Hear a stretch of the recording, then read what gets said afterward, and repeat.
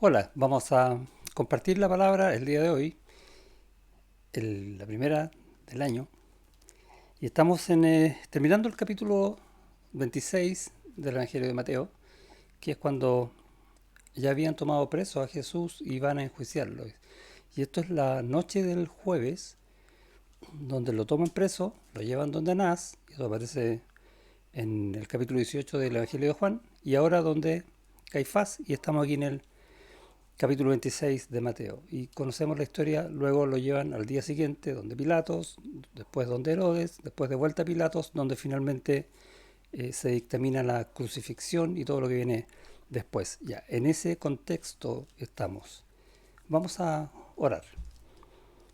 Señor, hemos abierto tu palabra como cada día y rogamos siempre en tu bondad, en tu verdad, que hables a nuestros corazones, que nos ayudes a entender, a apreciar de todo lo que Jesús hizo por nosotros, de también en nuestros corazones reconocer la grandeza tuya en medio nuestro, que nosotros no somos dignos, pero tú nos has hecho dignos en Cristo y vemos todo ese padecimiento por amor a nosotros. Te damos gracias, Señor, y queremos aprender de esto más y más en el nombre de Jesús. Amén.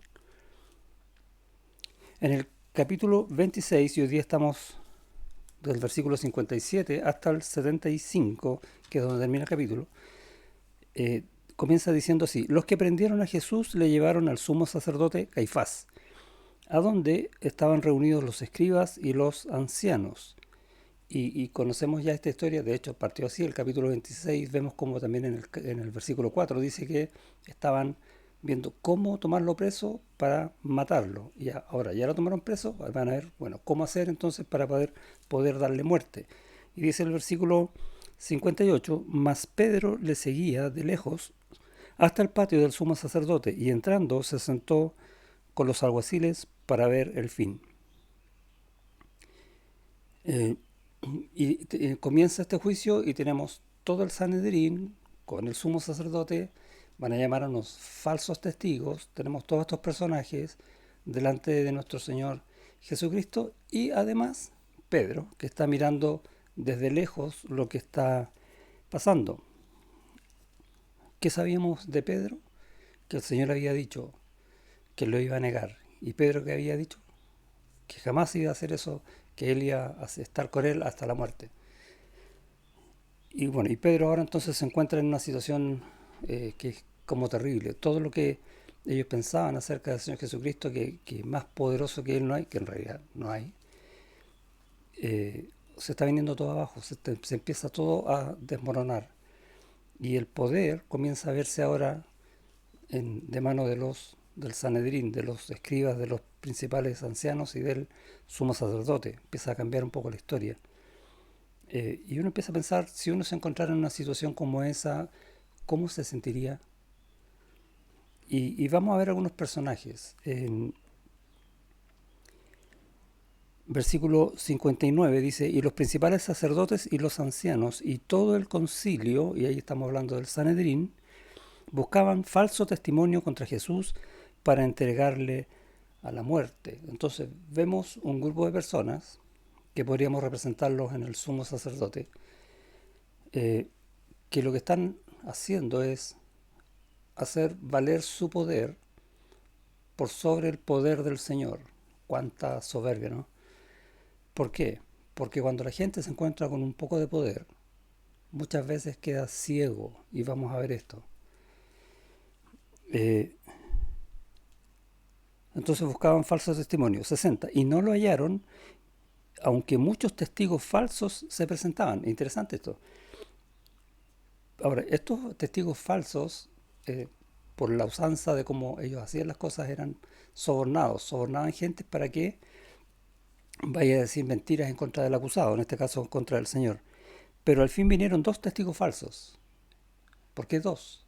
Porque la ley decía que por lo menos tenía que haber dos testigos para que constando toda palabra en boca de ellos, pudiera entonces acusarse al culpable o al supuestamente culpable.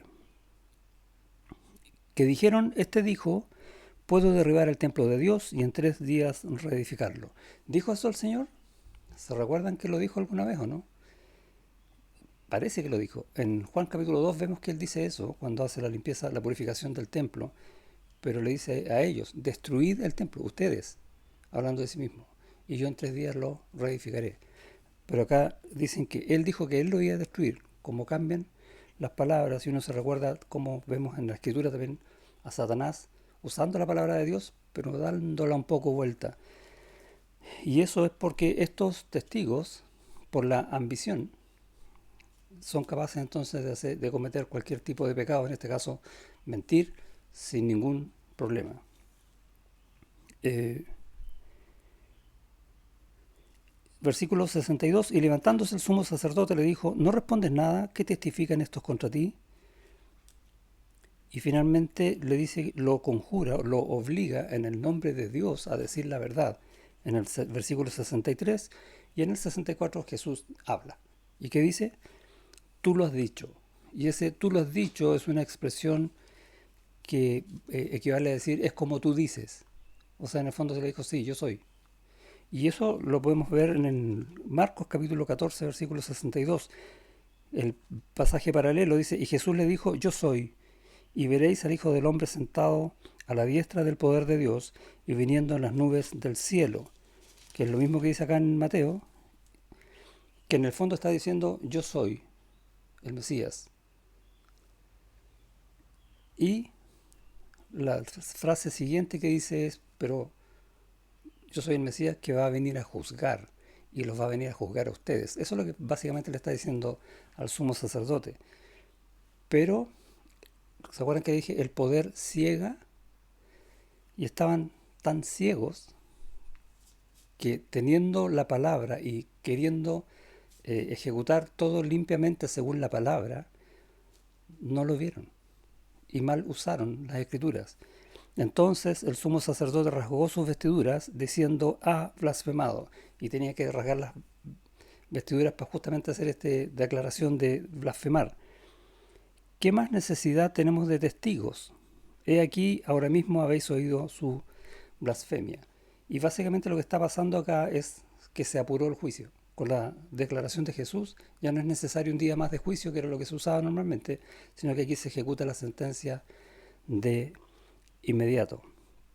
Y tenemos entonces un personaje que es el testigo falso, que actúa por codicia.